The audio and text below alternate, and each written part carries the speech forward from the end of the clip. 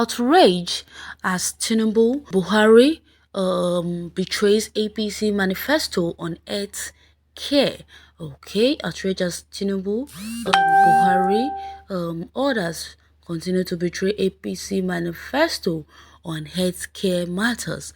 Okay, the visit of President Muhammadu Buhari and Bola Tinubu to the United Kingdom for medical care amid the ongoing strike by the National Association Resident Doctors (NAD) has sparked outrage across the country.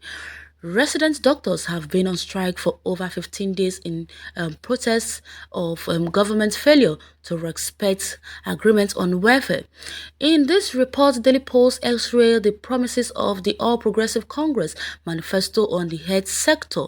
Before the 2015 election, the APC released a manifesto on what it intends to do if given the power. In the manifesto, the then position party stated that sadly, the best healthcare in Nigeria remains a plane ticket abroad.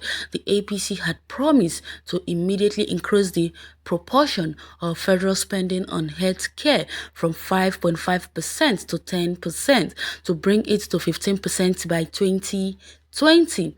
Failed promises. Daily Post check revealed that the party has failed to achieve this goal of 10% allocation to health care, let alone the 15% target set for 2020. In the 2021 budget, the entire allocation to healthcare was 7%. In addition, the party stated that we need to urgently improve our healthcare infrastructure with a new network of local clinics and dispensaries providing free drugs and service. To this, the APC promised to build a network of local and mobile clinics providing free health service and drugs. Despite the promises 6 years into the administration of APC, the leaders of the party continue to contribute to medical tourism overseas.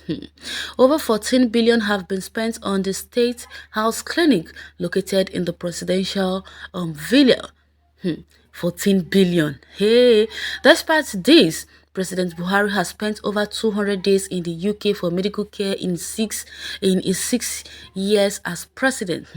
In 6 years, over 14.5 billion have been allocated to State House Clinic located in the presidential villa, but the president and his household continue to seek medical assistance abroad.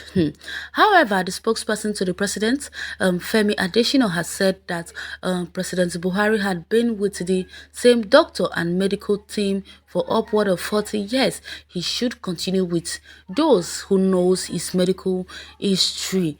But in 2017, when Yar'Adua, when Yusuf Buhari, the only son of President Buhari, had a motorbike accident in Abuja, he was flown to Germany after initial treatment in Nigeria, while the first family and others could afford the alternative. Okay, Nigerians are dying from cholera outbreaks according to the Nigeria Center for Disease Control and NCDC. Over 800 persons have died from cholera outbreak in Nigeria. In 2019, the House of Representatives rejected a bill to ban the travel of public officials overseas for medical care. The bill, sponsored by Sigils Ogun from Edo State, was rejected by the Committee of the Whole in May 2019. The Deputy Speaker of the House, Idris Wase, who was the deputy leader, had argued that the bill should be thrown out. He cited a personal experience of the medical situation in the country. It was in a hospital in Nigeria.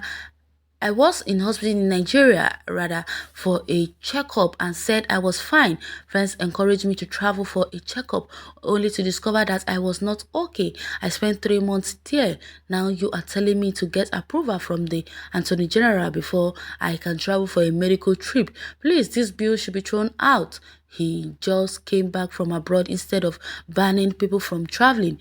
We should create enabling environment for people to invest in the healthcare sector, argued then.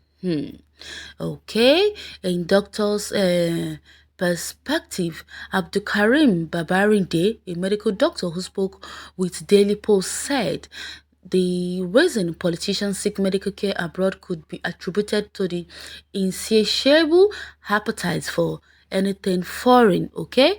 Over the years, the sector has been underfunded by the same politicians. The terrestrial healthcare sector where presumably most of them would have loved to access their healthcare. That sector is nothing to write home about. You can count the number of teaching hospitals that have